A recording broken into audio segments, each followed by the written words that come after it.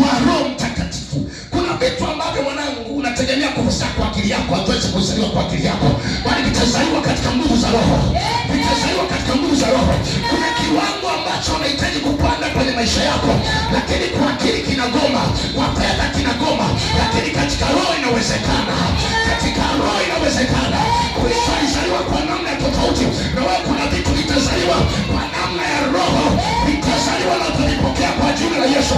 Inawezekana kwa unatafuta vitu vingi kwenye maisha yako, unatumia akili yako imeshindikana, unatumia elimu yako imeshindikana, unatumia marafiki imeshindikana. Listen my friend, wewe umerisi kitu kutoka mbinguni cha tofauti.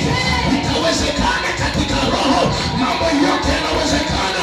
Na hiyo ndio maana tunakusanyika mahali hapa kumshangilia Yesu, kwa sababu yeye ametufanya watu tofauti katika ulimwengu, ametutofautisha katika ulimwengu, ametusamanisha katika ulimwengu. Tulikuwa sio watu ambao wangesamanika, lakini leo tunasamanika kwa sababu Yesu yupo tofauti